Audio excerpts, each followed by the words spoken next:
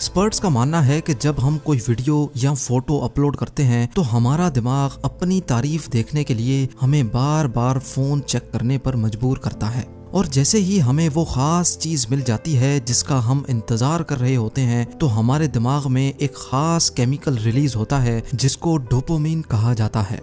जैसे ही ब्रेन में dopamine release होता है तो हमें खुशी होती है और हम रिलैक्स हो जाते हैं। मेडिकल साइंस का मानना है कि सोशल मीडिया देखने से जो डोपामिन रिलीज होता है उसकी क्वांटिटी उतनी ही होती है जितनी कोकेन इस्तेमाल करने से रिलीज होती है। जब डोपामिन हमारी बॉडी में स्पाइक करता है तो उस वक्त हम बहुत खुश होते हैं, लेकिन जैसे ही उसकी क्वांटिटी वापस नॉर्मल हो जाती है तो हमें दोबारा से उसकी तलब होने लगती है।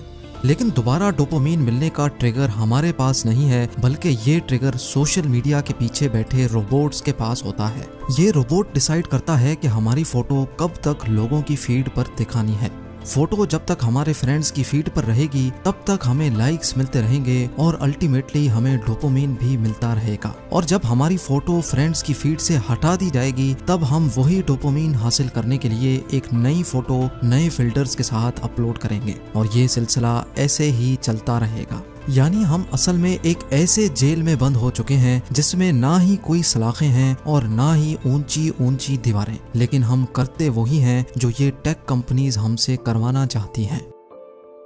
नंबर 2, लेकिन ये टेक कंपनीज ऐसा करती क्यों हैं? आखिर इनका ये सब करने का मकसद क्या होता है और सोशल मीडिया इस्तेमाल करने की ये सारी सर्विसेज फ्री क्यों होती हैं? सबसे पहले तो आप ये समझ लें कि अगर आप कोई ऐसी प्रोडक्ट खरीद रहे हैं जिसकी कोई कीमत ही नहीं है तो जान लें कि उधर आप खुद एक प्रोडक्ट हैं, यानी आपको ही बेचा जा रहा है। जी हाँ, फर्ज कर लें कि एक ग्रोसरी स्टोर के बाहर लिखा है गेट फ्री चॉकलेट। जब आप फ्री चॉकलेट लेने स्टोर में एंटर होते हैं तो उससे उनको 2 किस्म के फायदे होते हैं। एक तो ये कि जब दूसरे लोग देखेंगे कि स्टोर में रश लगा हुआ है तो इंसानी फितरत है कि उनका भी वहां जाने को दिल करता है। जितने ज्यादा लोग स्टोर में एंटर होते हैं उतनी ही ज्यादा स्टोर की सेल बढ़ने का चांस भी होता है। और दूसरा फायदा उनको ये होता है कि जब आप अपना फ्री चॉकलेट मांगेंगे तो आपको या तो कोई फॉर्म फिल करना होगा या फिर कम से कम भी वो आपसे आपका सेल फोन नंबर मांगेंगे, यानी वो सिर्फ एक चॉकलेट के बदले आपसे आपका डाटा ले लेते हैं।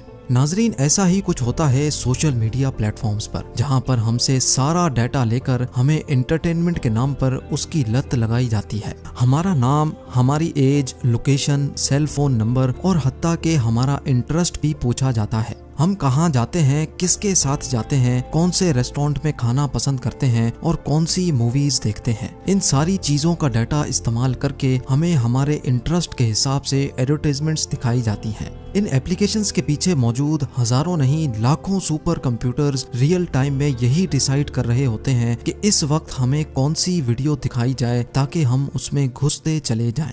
गलती से भी कोई फोटो लाइक हो जाए तो ये आर्टिफिशियल इंटेलिजेंट रोबोट्स हमें उससे रिलेटेड वीडियोस और फोटोज दिखाना शुरू कर देते हैं। हम जितना ज्यादा टाइम इन एप्लीकेशंस पर गुजारते जाएंगे उतना ही ज्यादा उनको फायदा होता जाएगा।